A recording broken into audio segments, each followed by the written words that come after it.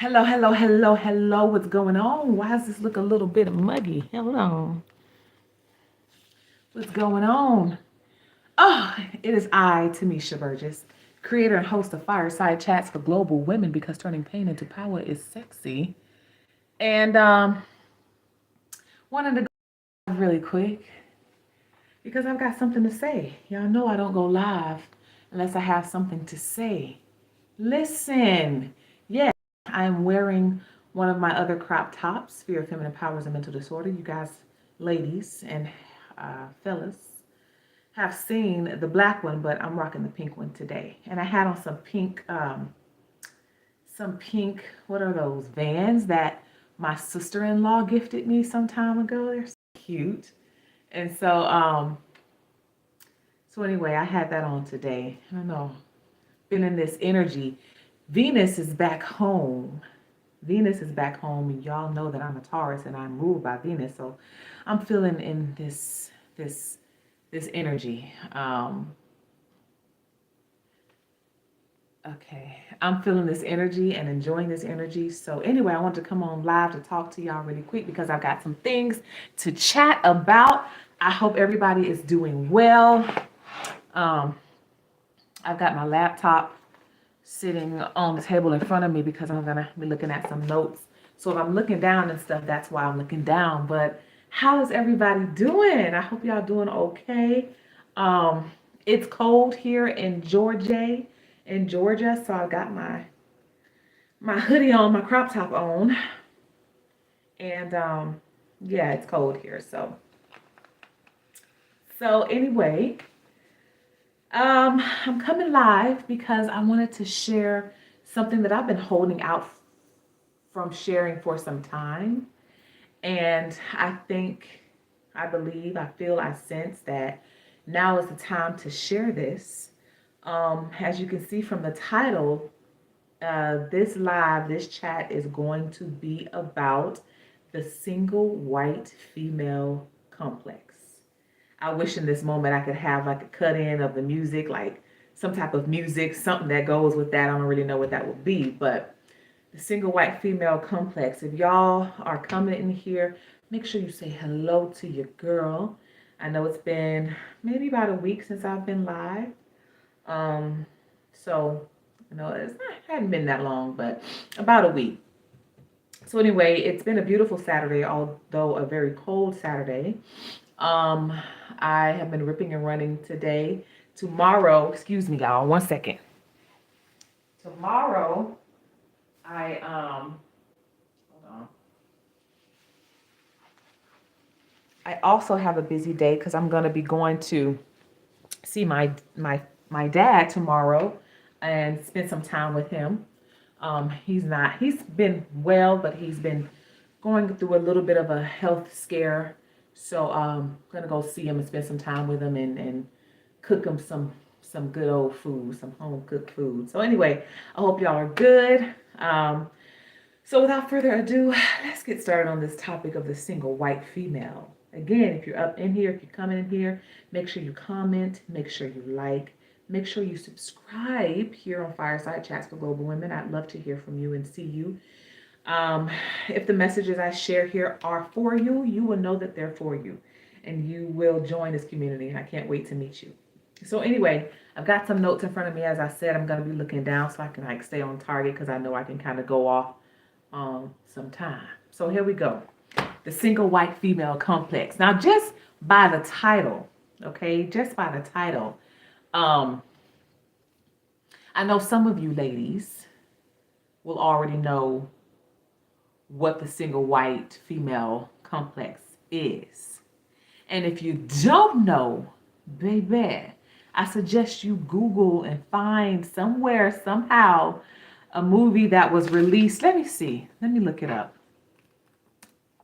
Let me see when the movie Single White Female was released. I know it was in the 90s, but I don't know exactly when. So if you heard of the movie Single White Female, please comment in the chat, okay? It was released 1992. 1992, with Bridget Fonda, Steven Weber, Peter Friedman, Jennifer Jason Leigh. Um, yeah, directed by Barbette Schroeder. So it was released in 1992. And if you haven't seen it, go and watch the movie and then come back and watch this live, okay? It'll be here on YouTube. It's not going to go anywhere, all right? I hope. We'll see. I don't know. They've been trying to silence us for some time. But anyway, we're getting the messages out, how we get them out. So anyway, in the movie, there was this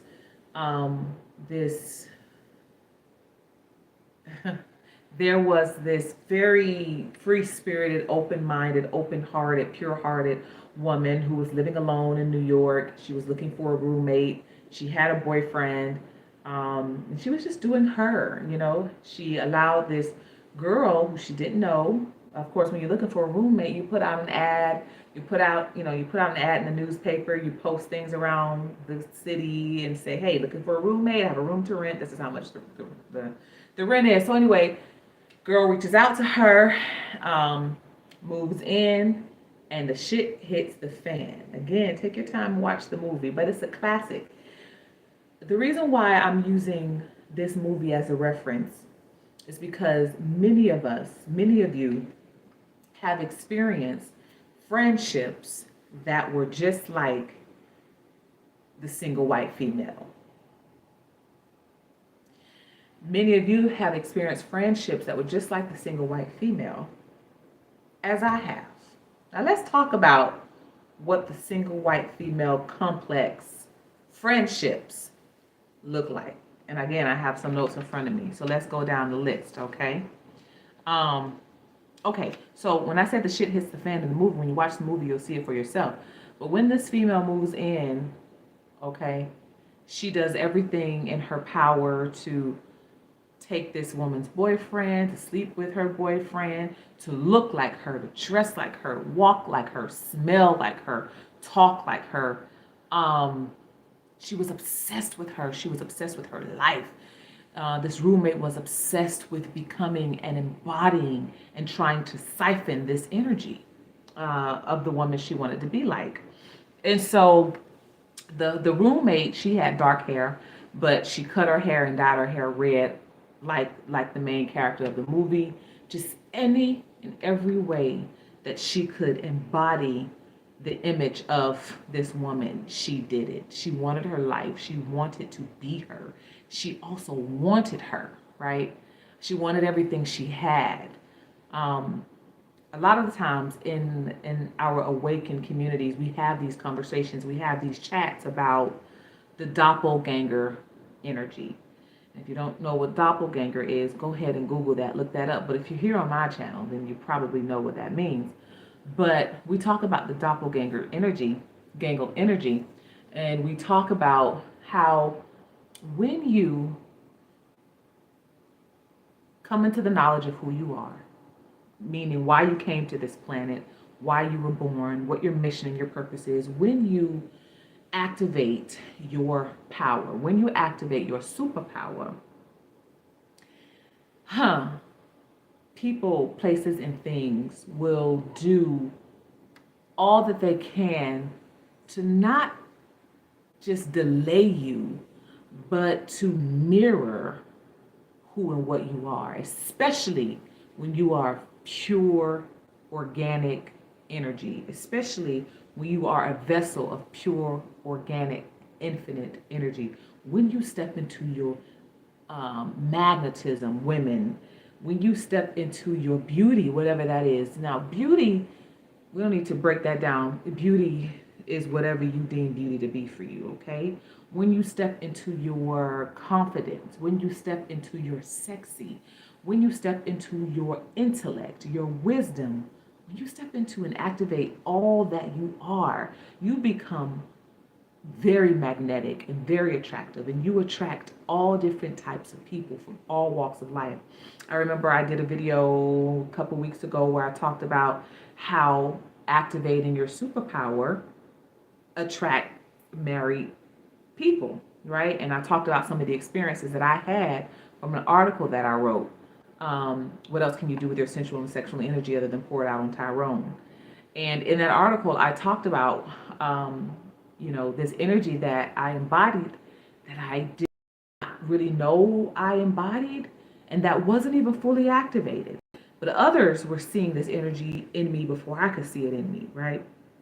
So anyway, when you work to activate this part of you, you've gathered the emotional intelligence you are to have. You are stable spiritually, mentally, emotionally, physically, and you get your power, your beauty, your magnetism, your appeal, your confidence, your intelligence, your wisdom, even your vulnerabilities. When you activate even your shadow, the things that are hidden in your shadow, the things that are hidden in your darkness. When you activate your dark, right? You magnetize many different people, places, and things towards you. This is how this energy works. When people talk about feminine energy or femininity or divine feminine energy, and they talk about becoming magnetic, this is a part of that. The thing is, there are people who are activating feminine energy or magnetism who are not emotionally intelligent or mentally stable to do it. And so you have toxic people out here activating magnetism and fucking over people, okay? Doing dirty, grimy, scandalous things. But remember, you reap what you sow. So let's get back to the point. So so when you step into your superpower, there are people who love you and hate you for the same reasons. They love you because you're powerful, right? They love you because you are your idea of power, okay? But they hate you for it because it's a reflection of the work that they have not done on themselves yet. It's a reflection of the work that they may refuse to do on themselves. And so when they see you in your power, they love to see you, but they hate to see you for the same reasons because it reminds them of what they are not, right? Of what they are not yet. And so you become magnetic, you attract it all. And you absolutely attract those who want to siphon or usurp your power or your energy from you. So I titled this The Single White Female Complex because I want to break down some of the characteristics of those of you who may be experiencing friendships that are much like the single white female. Okay? So the first one, what do I have here?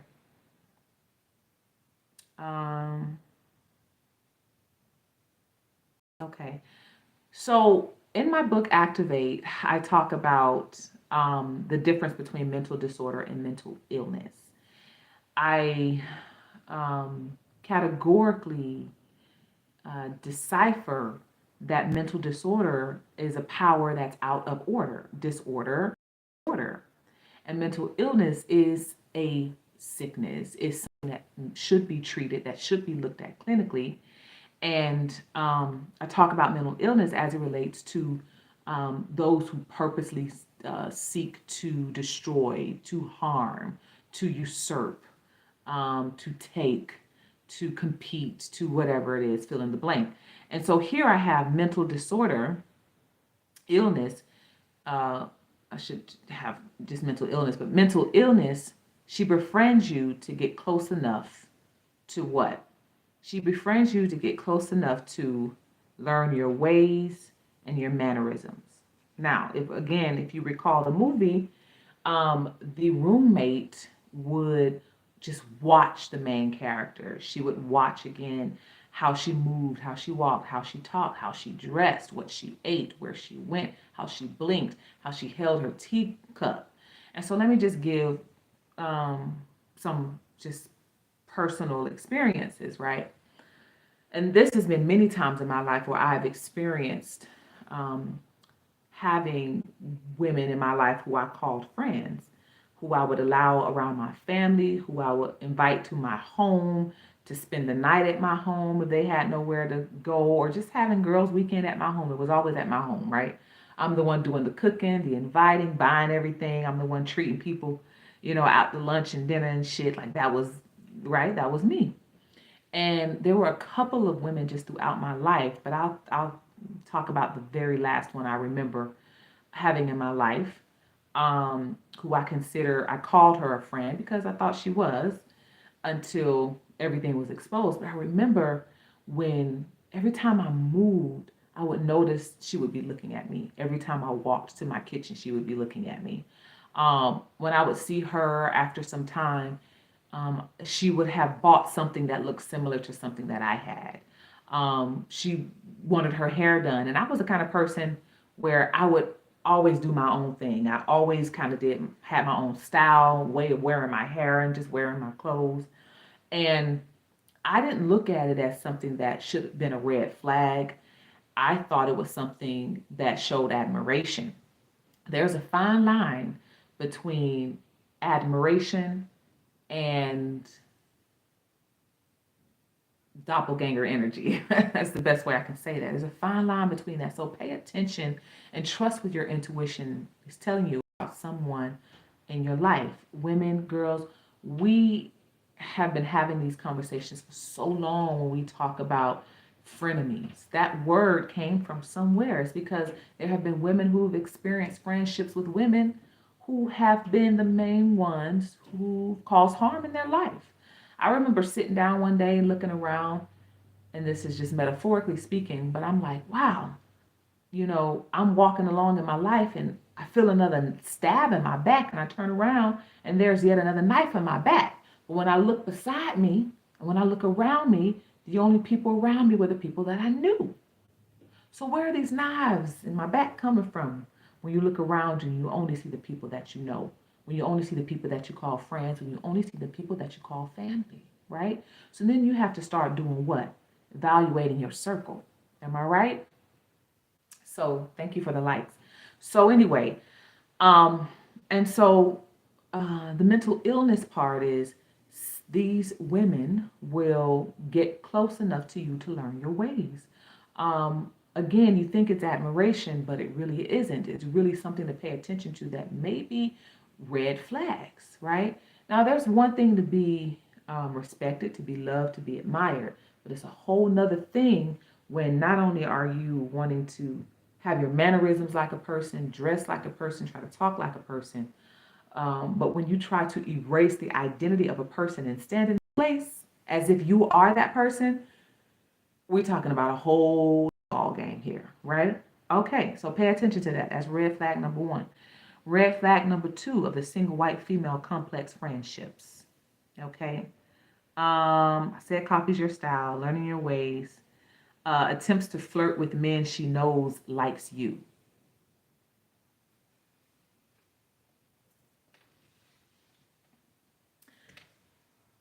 You know what song I'm thinking about? I'm thinking about Destiny's Child, the original Destiny's Child. Um, I don't fancy you too much, child. I don't fancy you too much, child. I don't fancy you too much, child. Don't fancy you too much. Think you're cute, you think you're fine. You always try to steal my shine. Get off of me, don't mess with me. You know who you are. Y'all remember that? Always try to be good to you, girl. Something to flirting with every man you see, especially if the man likes me. Something da da da da da. Get your own identity. Your head ain't right. You're a liar and a cheater. Your head ain't right. Da, da, da. That's what I'm thinking about right now. Flirting with every man you see, especially if the man likes me. Woo! How many of you have had friend girls in your life who you have witnessed firsthand do this kind of shit right here? Talk to me now. Put it in the comments, put it in the chat. Like this video, share it, and subscribe, right? Flirting with every man you see, especially if the man likes me. Okay? Has Timmésha Burgess experienced this? Y'all know damn well I have. Especially as chosen ones. Especially for those of you who are here for very powerful, unique missions. You have probably experienced the worst of the worst experiences when it comes to people. When it comes to relationships, when it comes to friendships, when it comes to jobs, when it comes to whatever. You probably experienced the worst. Have I experienced that? Hell yeah. Hell yes. Yes, I've had, there are a couple people who, if they watch this video, they're going to know I'm talking about them. They're going to know I'm talking about them because I dismissed them as soon as they came in. Yes. The most recent one, I won't say the name. They don't even know that I know because I never said anything, but I peeped that. I observed very, very well. And just because I don't say anything doesn't mean I don't know. So for many of you, you don't even have to say what you observed, what you noticed about their character. You don't have to tell them at all. You just stop allowing them access to you, cut them out of your life, and keep it moving. So on one hand, this person would be so giving and so catering. Oh, let me help you with that. It's a red flag when people are overly nice. I don't like that shit. Okay? When you're overly nice, overly catering, that's a red flag to me. Oh, I can cook this. Oh, I can do that. Do you need some help with that? Do you da da da da? This same person have been at my home a couple of times, helped this person a couple of times, been in my home for the holidays, give away their clothes. Oh, you can stay here, or I'm at a hotel here, you can come and spend the night, or just things like that, right? Very seemingly very giving, seemingly very nice on one hand, but that hidden shadow part of themselves, you can't hide, baby. You can't hide from me. And so I was hanging out with this guy at the time, and he happened to be around for the holidays. And every time I would just kind of look over, I would see the girl looking at me and the guy, or just staring at the guy. Um, hmm. And then I would see them look away when they noticed that I saw them looking, kind of thing. Um, Another time we went to the gym, and there was this guy that worked at the gym, and even my mom was there at this time. And this guy, my mom said, "Oh, this is my daughter, Timmésha," and whatever, whatever. And he says, "Oh, this is your daughter. Wow, she's, gives a compliment. Wow, she's beautiful. Okay, thank you. I appreciate that." And I had to fill out like a piece of paper, because I was a newbie at this gym, going to the gym with my mom, and so I had to fill out like a visitor's pass kind of thing. So I didn't put my phone number on it because I don't like putting my phone number on anything that's public. And so I go upstairs to work out, and the guy comes up and he's like, "Hey, we got to get your phone number on there." And I remember he was kind of looking around. He was like, "Oh no, it's professional. I just got to get your phone number." But I could see the look in his face. Anyway, I wrote my number down, and he laughed and I laughed. And ladies, we can tell when a guy's just feeling you, is just into you and wants to get to know you. So, and I know this because later on, my mom was telling me that when she would go back to the gym, this guy is always asking about me. How can he get in touch with me? Did I have information? Whatever, whatever. So he was always asking about me. And so, anyway, this particular girl that we took with us to the gym,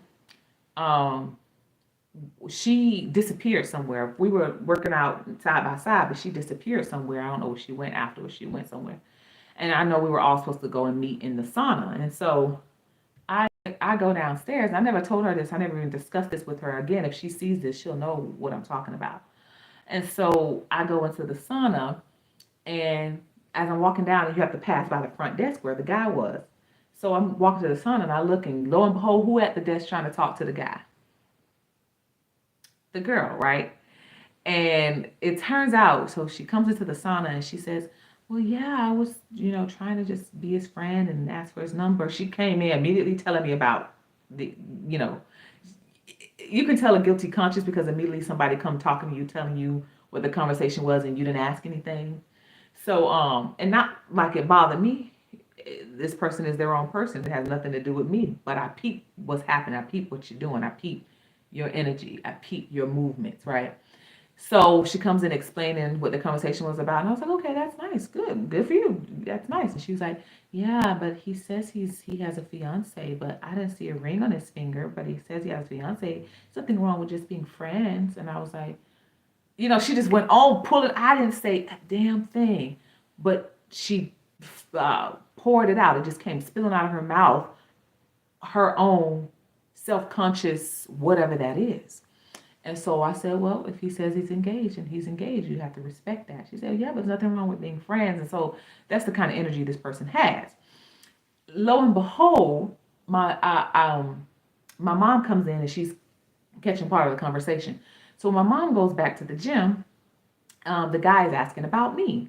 And my mom says, oh, well, she works with, couples. She's talking about me. My daughter, she works with couples and you could bring you and your fiance. And the guy said, fiance? And she was like, yeah. My mom said, I'm under the impression you're engaged. And he said, oh, no, I'm not engaged. I'm not with anybody. I don't have no ring on this finger. I'm not with anybody. So the point of me telling y'all that is he told her he was engaged because he wasn't interested. Okay? And so her propositioning him when no one else, when my mom wasn't around, I wasn't around, trying to sneak down and do that thing, that was how he responded to her, clearly because he could read and peep that energy. He read and peeped what she was trying to do. And so that's just giving an example. You go and flirt with a man, especially if you see the man likes me. Single white female complex friendships. So sweet, giving, caring on one end. On the next hand, when it comes to something they feel that they want, or they feel whatever it is, honey. Single white female complex. So just watch out for these red flags, okay? Next. That song's in my head. I don't fancy too much child. I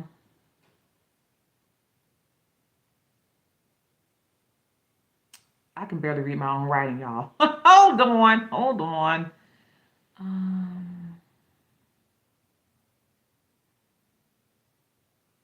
Okay, I think I must have gone over everything. Mental illness, she befriends you to get close to you, learns your ways and your mannerisms, copies your style, attempts to flirt with the man she knows likes you.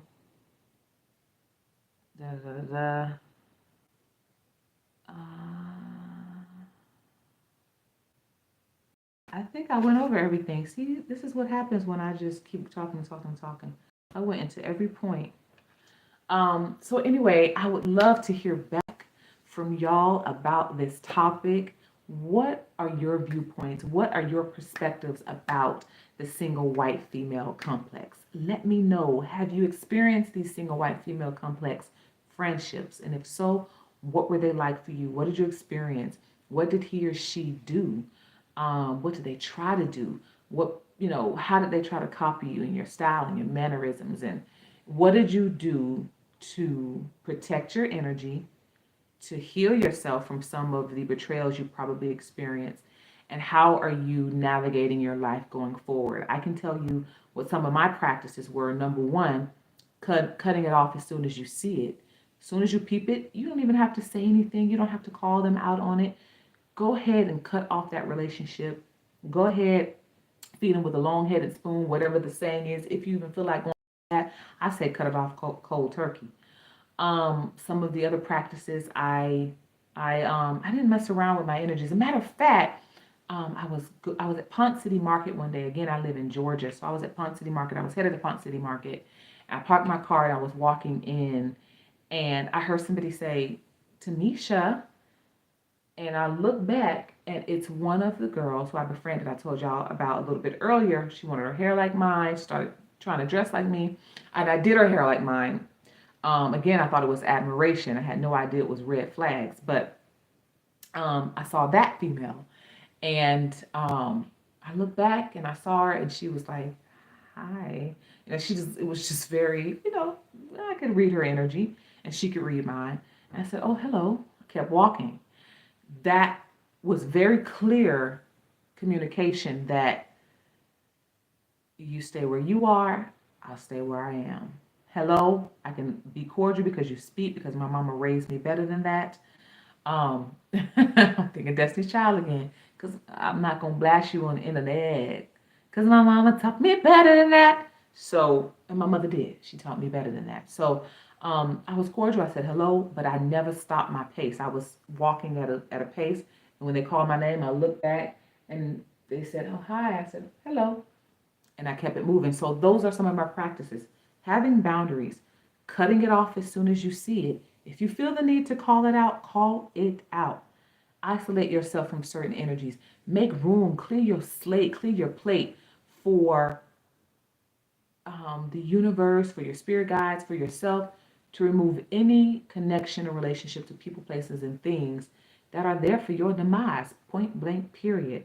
And allow the space for new energy to come in. Allow the space for organic, true friendships to come in because they're out here. You know, surely we're not alone in this. Surely we can't be the most genuine, the only genuine people on the planet. I am here and you are wherever you are. So make sure you connect with me. And moral of the story, don't take no shit. Okay. All right. I hope y'all enjoyed this. Again, I'm Timmésha Burgess. This is Fireside Chats for Global Women because turning pain into power is sexy. If you like the crop top I'm wearing, if you like the message, Fear of Feminine Power is a mental disorder, please go to my website. The information will be in the description box below. You can click the Linktree link. It'll guide you to my merchandise. It'll also guide you to my book, Activate: Unorthodox Philosophies that Explore Anxiety, Depression, and Suicidal Thoughts as Symptoms of Suppressed Superpower. I break all of these ideas and perspectives and philosophies down in Activate. So go ahead and get your copy. It's available in ebook and paperback on Amazon and any published outlet, a public media outlet. Barnes& Nobles is one of them. Amazon is another. So go ahead and get your merch. Go ahead and get your copy of Activate. Visit TimméshaBurgess.com. And if you want to connect with me and join the Fireside and have some of these conversations with me, let me know. Email our team, which is me, at jointhefireside@gmail.com. If you'd like to talk with me about booking me for speaking events, seminars, conferences, lectures, podcasts, panel discussions, let me know. I also am a column writer, so if you are interested in having some of my viewpoints and philosophies shared as a column in your publication, let me know. Email me. You can get in touch with me on my website at TimméshaBurgess.com. Fill out the contact form, or you can reach out to me to TimméshaBurgess@gmail.com. I would prefer that you reach out through my contact, the contact me on my website. But if not, you can email me at TimméshaBurgess.com. Okay. I'll see y'all on the next go round. Peace.